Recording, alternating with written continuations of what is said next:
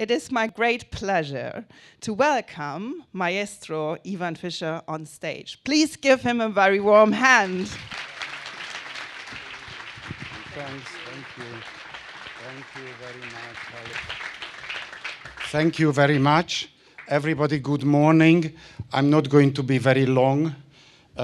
Actually, music pieces shouldn't be too long. I always wonder when people wrote those symphonies which last 40 minutes, did they have the generation who could concentrate so long? Because we don't.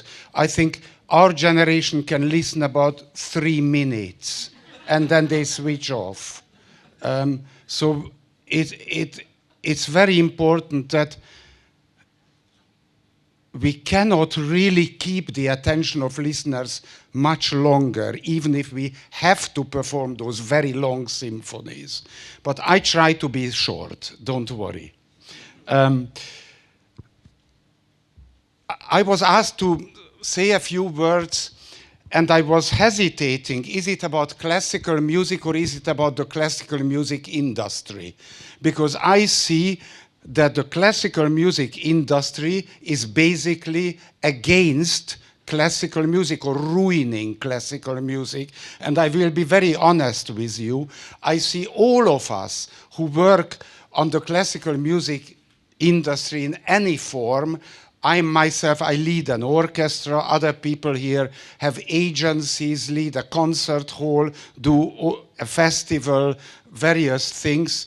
We are all together this classical music business, the industry, and it's in its final stages. I think we are all together dinosaurs who will die out very, very soon, including myself. We have a short time left, and however, you are doing it wonderful to keep it alive a little bit longer. You are all like doctors who kind of have a patient of maybe 95 years old and let's have another 2 or 3 years. This is what you are doing, but brilliantly. Congratulations.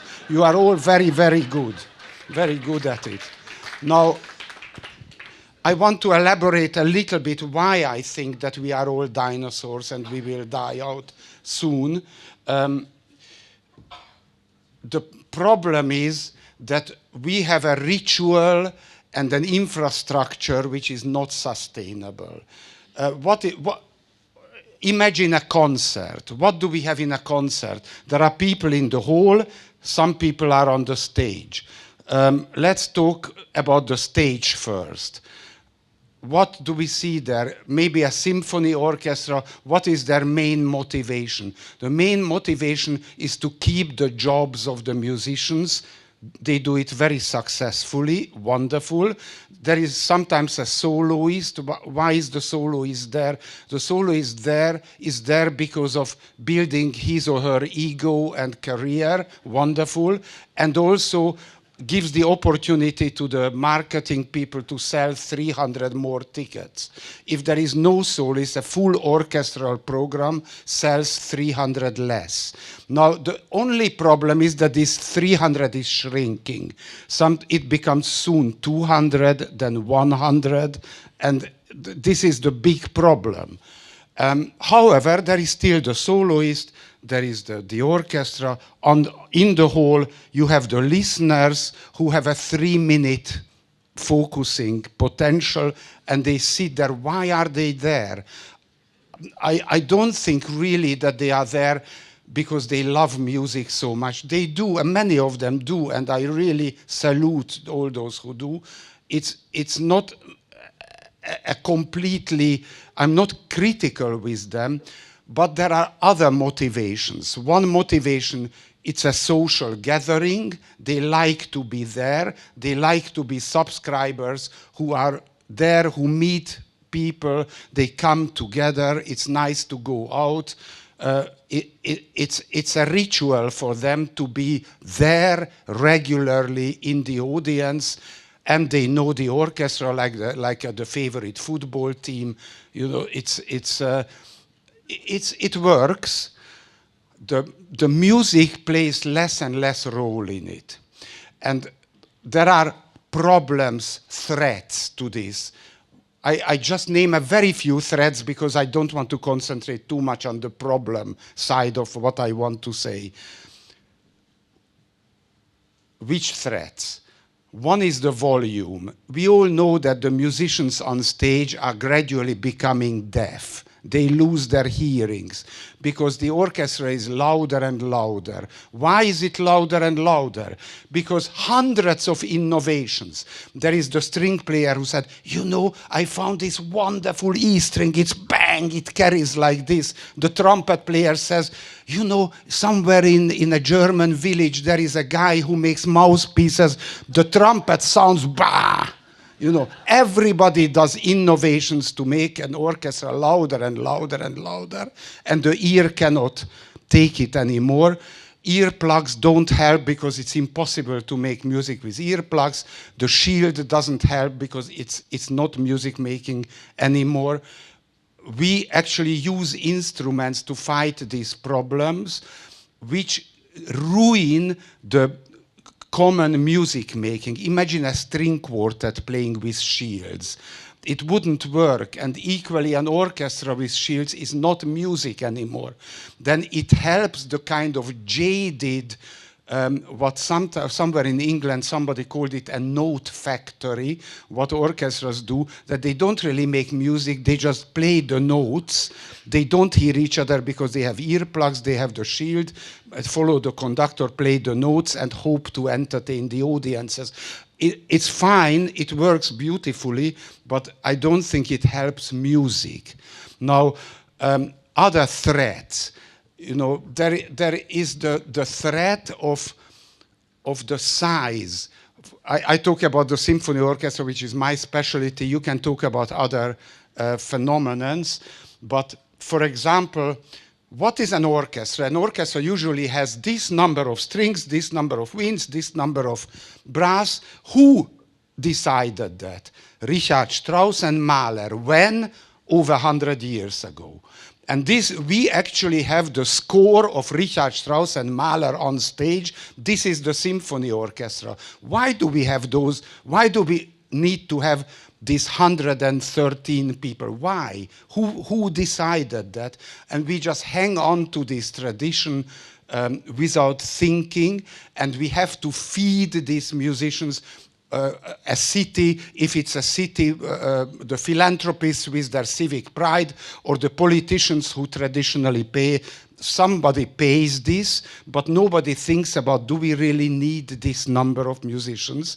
It's never thought about. It's just rigidly taken over from generation to generation. It will soon die out, don't worry.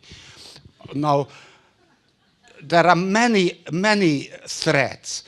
The shrinking repertoire. People don't like to listen to the contemporary music. Some of us commission works. We are very brave. We commission this composer. He writes 15-minute music. Then he comes with his self-knit, you know, this pullover on stage. And they take a bow. And then people are happy when the Schumann piano concerto starts.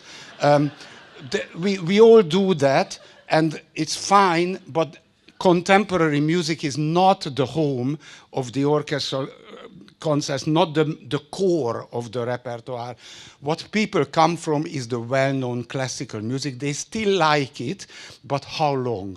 Can you imagine that in 300 years there will still be these 113-member symphony orchestras playing the music from 1820 to 1940? I don't think so. Eventually, it will be a short period of music history, and it takes all the money of a community, all the money of the political elite, and the repertoire is shrinking, and the newer generations completely lose contact with the music. When I look at the audience, I don't have a feeling that they really understand the music. I think this is not our fault, this is the fault of music education. There is no more music education at schools. Earlier there was music education, so people spoke the language of music. Now they come to the concert for other reasons, and brilliant marketing directors, probably they are in this hall, they sell more and more tickets to them somehow with fantastic marketing gimmicks.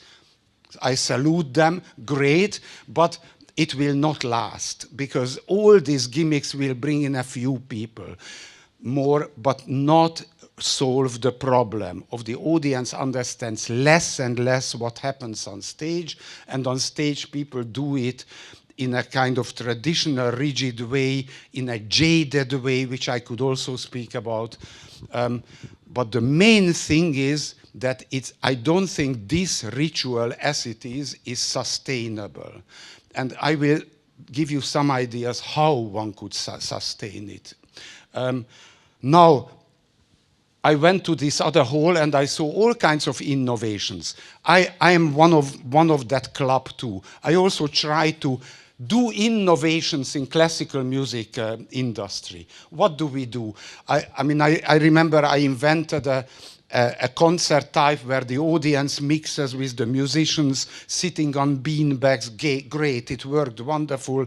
The Edinburgh Festival picked it up, and now they do it with other orchestras. I'm very happy. I don't mind when people steal my ideas. I'm actually really happy. I also started a special children's concert which works very well for the youngest generation. All kinds of innovations we do. We develop a lot of specialized outreach programs. Many of you do that. We, the music industry, we have the innovators. There are also the crossover fanatics, but unfortunately they don't create a sustainable audience for classical music. You know, the people who only come for André Rieu, or when Chick Corea plays with a symphony orchestra, they don't come again when there is a normal Brahms symphony. They come once or twice for that crossover activity, but it doesn't solve the problem. Now, I don't want to complain anymore because I mean, now you figured out that I don't have very high respect for the present ritual of classical music industry, but I see very, very clear signs of optimism, how one could solve the problems. And I don't think by superficial innovations. I really don't think that's the answer. I think the answer is somewhere completely different. We have to look at the audiences, at the people, of what do they need. And actually they do need classical music, because in this world, coming to a concert hall and listening to a Schubert symphony is beautiful. I love it too, and many people love it too. And it's still there. It gives something important to people. Not many, but it's still there. There is beauty, what people experience in a concert. But what surrounds these people? First of all, they press the buttons on the mobile phone. They don't practice the violin. Kids, do they practice the violin? It's much easier to press the buttons on the computer, on the phone. It's the type of ambitious child who learns an instrument became unfortunately highly specialized. So music schools, conservatories concentrate on educating the next first trombone player of the New York Philharmonic Orchestra in a highly specialized way. But that's what they do, and I think it's wrong. What they should do is educate the population about music, and not bring up the next top instrumentalist for a cliche, you know, orchestral job, because that person will also be a dinosaur and lose his job soon. So what kind of music education would we need? And that leads me to the world around us. can you trust anything? I don't trust anything anymore. I mean, I read fake news every morning. You know, I don't know if I see a video, is it artificial or are these really the people? I can tell you now it's really me standing here, but you cannot be sure because I could be a hologram, you know, or something fake, but actually it's still there. But we are in the last phases of trustable things around us. We cannot trust the news, you know, we can election is choosing between populists of different kinds. What do we know? We don't know anything anymore because everything is fake and artificial. In this world, music can play a crucial part. That music and the music institutions should be the home for creativity and truth in a world where there is no creativity and no truth anymore. But in order to turn, let's say, a symphony orchestra a magnet and a home of truth and creativity, a few changes need to happen. One is this idea of music education. Music education is not educating the top musician who then later gets a job. Music education should be helping the population to express themselves with music and understand music. Everything should be done to activate the audiences to make music themselves. There should be, we, for example, also we created a chorus of our subscribers not so long ago, and we will do it regularly. We will build up a children's chorus next to our orchestra. We try to encourage people to make music themselves, because I think this is the future. Because people who live in the time of artificial intelligence, they need creativity. People need to have this human potential, the creative potential, and music is absolutely the best tool I know. So we have to help people to make music. And the conservatory should change completely, and instead of building up the professionals, they should do this.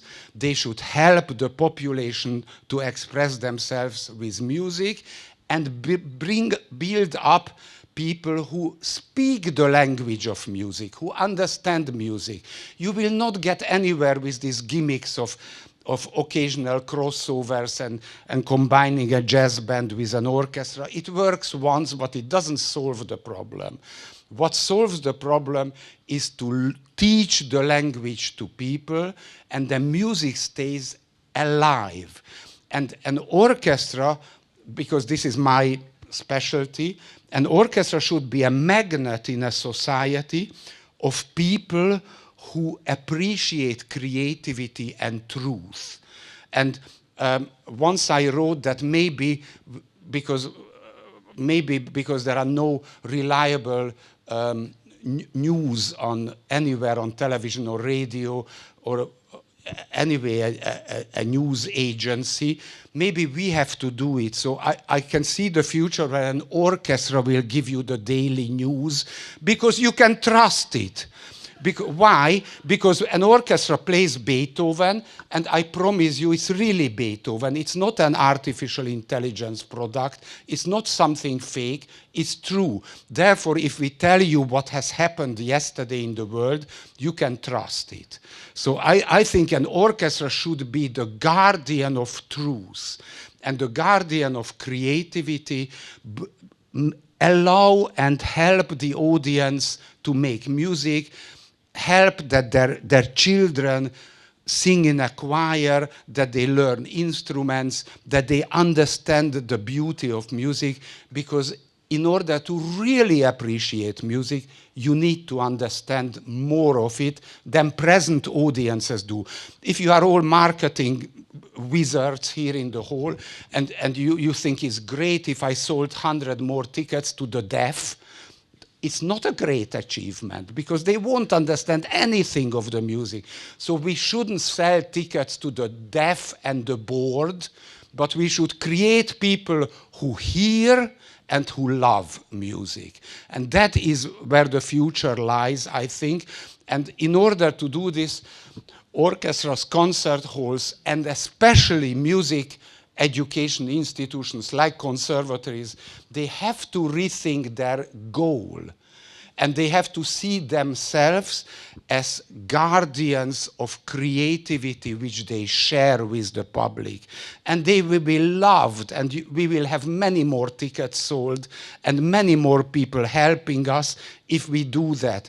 If we simply repeat the Mendelssohn violin concerto with a very beautifully dressed young soloist, and we hope to sell to people who don't know why it is interesting, I don't believe in that. So you need to go through a big, big change and rethink the function and go please into the direction of representing truth and creativity from the stage. This is where I believe the future lies of music institutions.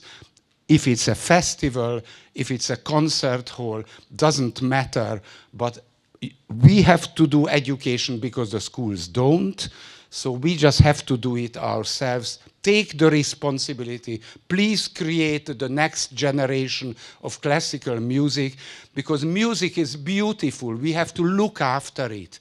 We have to share it with people and not simply live off it. I would like to have more people who live for music and less people who live off music. Thank you very much for your attention. Thank you so much. We'll just take a quick seat. We have a couple minutes for a Q&A round, which I very much want to also open up to the audience. So if anyone's got a question, we'll probably have time for about 2 very shortly. But wow, you've given us a lot of food for thought. Thank you. Did that resonate? Yes. Okay. So I have a few questions, and you've done a lot of different formats in your time as well, and you've done a lot of innovating. How would you say you keep your own curiosity alive and your own creativity alive? Your own creativity alive? Can I stand up? I like to see the people. Curiosity is a very interesting word. I'm happy you mentioned it. One can reduce the attitude of the music listener into 2 things: curiosity and recognizing something what we already know. You know the feeling when you walk in the street, strangers come across, and suddenly you see a friend. And when the friend comes to you, you're happy. Wow, hello, nice to see you. I haven't seen you for so long. You're happy. This is the same happiness when people recognize a music piece. When they hear the Mozart symphony, which they already know, they are happy, like meeting the friend. So there is this attitude of recognizing something. And there is the other one, what you mentioned, curiosity, because everybody is hungry for something new. So if you go to a theater, you go to a concert, you go to any or read a book, you are curious to experience something new which you have never had. So there is always a combination of curiosity and recognizing something familiar. And I love both. That's the answer. How do you, what do you do to keep it alive for yourself, though? Is it listening to a type of music? Is it doing something completely unrelated to music somehow? Or do you have practices that you do to keep that alive for yourself? I don't think I need that, really. I think everybody has curiosity. I'm not different to anybody in this hall. We are all curious. If we hear somebody saying something new, we listen up. Everybody is curious. And it's interesting because you mentioned also that we need to keep thinking alive, that this idea we follow trends without even thinking, we take it on from one generation to the next. For decades we've been talking about the future of classical music. But how would an organization, what would you say to an organization that wants to do this? Where do they begin? Where do they start? What would be a trigger to invite that creativity in, or inviting the audience in to be part of the dialogue and the conversation, to really understand what it is that you say we need to be paying attention to, that the audiences need? I would love to give you recipes. I cannot completely. I can share some of my own experiences. Please do. You see, this whole idea of understanding music, which people have to, I think they need to understand it more, because at the moment people are sitting in the hall who don't understand music, or most of them, and it only passes them. I always remember there was a wonderful saying by Sir Thomas Beecham a very long time ago, a British conductor, who was critical about the British audiences, and he said, you know, we British people, we don't like music, but we absolutely love the sound it makes. Now this was brilliant, because people love the sound, you know, the concert makes, but they don't really understand the music itself. So I think it's important. There were people who worked for this. You all remember Leonard Bernstein's wonderful young people's concerts and talks and educating work. This was brilliant, and I do a lot of similar things, but everything like this, which brings the music closer to the listener, makes the listener understanding something of the music, is a victory already. So I think that's one good path. And the other one is really educating, but it's a long-term work. All right, audience, over to you. Do we have some questions? Okay, there's a microphone available in the crowd. Wonderful, thank you. Please say your name also before the question. My name is Hannibal from Copenhagen, and I was thinking, do you think it's possible to get music back in schools and kindergartens? And that we can spend a lot of time getting it back there, where it all will start for the young people? I don't think so, no. Because they don't do it. You know, I remember Zoltán Kodály was a great man in Hungary. He introduced here a state-supported music education system in all schools. Of course, it was the communist period, so it was very easy to make a central decision, and all schools had to obey. But in this time it was a good thing, because they all adapted Kodály's wonderful method. And I don't think that will happen. You see, if I look around in the world, a school in the United States, in Germany, anywhere, there are other priorities, and we don't have this influence that we manage. We can do a little bit, but I think it's more realistic to think schools don't do it, we have to do it. Some more questions? At the back, there's a gentleman. Gene Gaudet from Orlicht Audiovisual. First, thank you for mentioning Zoltán Kodály. I went to a public school, and Bacchina Hungarica was practically my primer in music. And you do not know how many American music teachers are grateful to Kodály and the Hungarian government for giving us that gift. My question has to do with the Budapest Festival Orchestra and several concerts I've seen where you actually shake up the layout of the orchestra, winds in front, sometimes with the strings standing. The first thing that occurred to me is, my goodness, they are shaking up the tradition. Do you see, as many other people do, the problem that we pay too much reverence to the past and the tradition, not being the tradition of Beethoven and Haydn and Schubert, but the tradition of 20th century performance practice as shoved down our throats by Toscanini and Stokowski? Yes, what you say is perfectly right.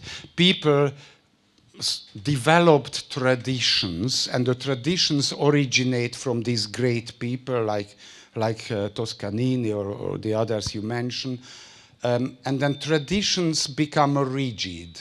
This is what I see everywhere. For example, you mentioned orchestral seating, completely rigid. I think one composition needs this, the other one that. I very often do the Schubert C major symphony in a way that the winds sit around me, the wind players, because they play all the melodies, they are like soloists. Why do they have to sit in the back? I don't see any reason. Also, there is this bad tradition that the woodwind players are here and the brass behind them, they blow their terribly loud noises into the ears of the woodwinds. I don't envy them. It's very difficult for them, and there is absolutely no point of doing this. I have the double basses behind the woodwinds and the brass on two sides, and the problem is solved. Sometimes people just are too lazy to think, I think. Okay, Maestro, I think the message is clear. Don't be lazy. You have 3.5 days to enjoy yourselves, to exchange, to get curious, to find inspiration, to drive your creativity as you move forward. Maestro, thank you so much for being here. Thank you to all of you. Enjoy the next couple of days. See you soon. Ask all the questions. Meet all the people. Have a wonderful Classical Next 2026. Bravo. Thank you very much. Thank you. Brilliant. Thank you.